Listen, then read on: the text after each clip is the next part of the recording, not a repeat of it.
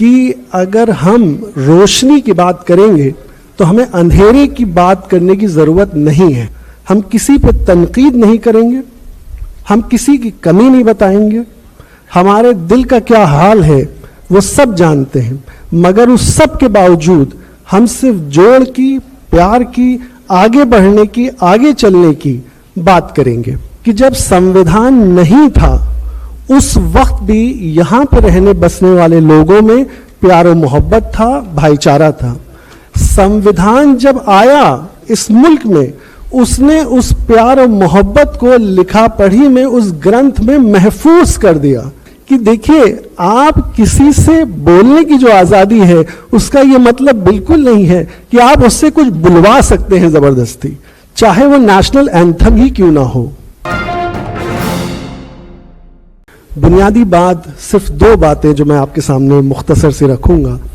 जब working committee में ये बात तय हुई कि हम इस तरह के पूरे मुल्क के अंदर अपनी बात को, पैगाम को, भाईचारे और प्रेम की बात को लेके जाएंगे, तो जनाब सदर ने ये बात कही कि अगर हम रोशनी की बात करेंगे तो हमें अंधेरे की बात करने की ज़रूरत नहीं है। बिना अपने ज़ख्मों को दिखाए, बिना कड़वाहट को जाहिर किए हम मोहब्बत की, जोड़ की बात कर सकते हैं। इस पैगाम में, इस इजलास में, इस सिलसिले में, इस मूवमेंट में ये ख़ास बात है। हम किसी पे तनकीद नहीं करेंगे, हम किसी की कमी नहीं बताएंगे, हमारे दिल का क्या हाल है वो सब जानते हैं, मगर उस सब के बावजूद हम सिर्फ जोड़ की, प्यार की, आगे बढ़ने की, आगे चलने की बात करेंगे। जब दूसरी बात बस मैं ये पेश कर दूं कि जब संविधान नहीं था उस वक्त भी यहाँ पे रहने बसने वाले लोगों में प्यार और मोहब्बत था, भाईचारा था। संविधान जब आया इस मुल्क में, उसने उस प्यार और मोहब्बत को लिखा पढ़ी में, उस ग्रंथ में महफूज कर दिया। अब ये सबका संवैधानिक कर्तव्य है कि वो प्यार और मोहब्बत की बात करें, भाईचारे की बात करें, साथ में रहने की बात करें। ये जो संवैधानिक दायित्व है, यही हमारा संवैधानिक संकल्प है यहाँ का कि हम इस बात को आगे बढ़ाएंगे, गांव गांव, शहर शहर सबके पास लेके जाएंगे और सबको अपने साथ जोड़ेंगे। मैं एक छोटा सा मुकदमे का सिलसिले में आपको बता दूं जो बहुत ही कुछ आपको बताएगा कि संविधान की सोच और उसकी गहराई को।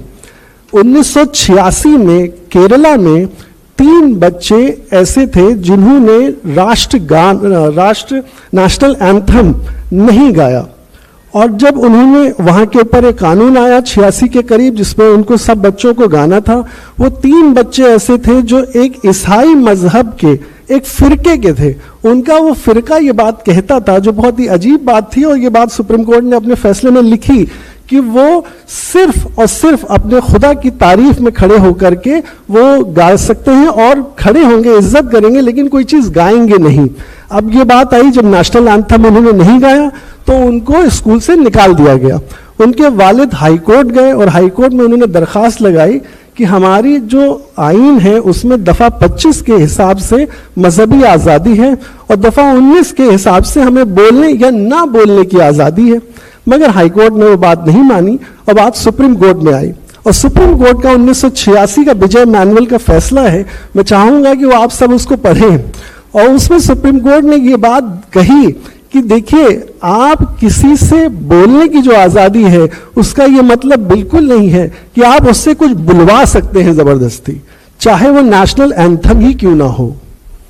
ये बात सुप्रीम कोर्ट ने कही कि दफ़ा 25 में जो मजहबी आज़ादी है, अगर कोई फिरका, कोई भी मजहब का कोई मानने वाला, उसकी कोई भी चीज़ उसको इस बात की इजाज़त नहीं देती है कि वो राष्ट्रगान तक गाने के लिए खड़ा हो, इज्जत से रहे, मगर ना गाए, तो इसकी उसको आज़ादी है।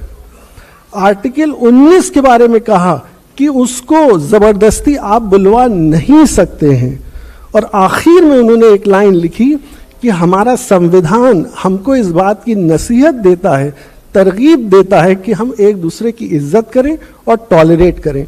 तो ये संविधान की हमारी मूल रूपरेखा और संरचना है, उसकी ये मूल भावना है। उसी भावना के तहत हम इस बात को आगे बढ़ा रहे हैं। आपका बहुत बहुत शुक्रिया, आप लोग यहाँ तशरीफ लाए।